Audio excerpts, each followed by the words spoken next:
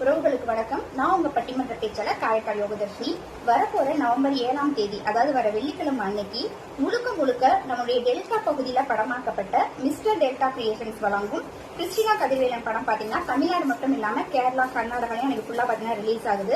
அதாவது ரொம்ப நாள் கழிச்சு ஒரு கிராமத்து காதல் கதையை ரொம்ப அழகா பாத்தீங்கன்னா படமாக்கிருக்காங்க. அதாவது இளைஞர்கள்னா லவ் பண்ணுவாங்க, ஊர் சுத்துவாங்க, வீணா போவாங்க அப்படிங்கிற ஒரு நிலைமையை மாத்தி ஒரு பையன் ஒரு பொண்ணு மனசார உண்மையா நேசிக்கிறான் அப்படின்னாக்கா அந்த பொண்ணுக்காக எவ்வளவு எக்ஸ்ட்ரீம் லெவலுக்கு போயினாலும் போவான். அதாவது இளைஞர்கள் மனசுல நல்ல விதமான ஒரு தாக்கத்தை ஏற்படுத்தக்கூடிய ஒரு படமா பாத்தீங்கன்னு சொன்னாக்கா அந்த படத்தை வந்து எடுத்திருக்காங்க.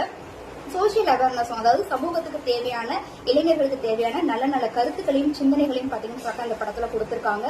சோ எல்லாருமே அவசியமா தியேட்டர்ல போய் பாருங்க.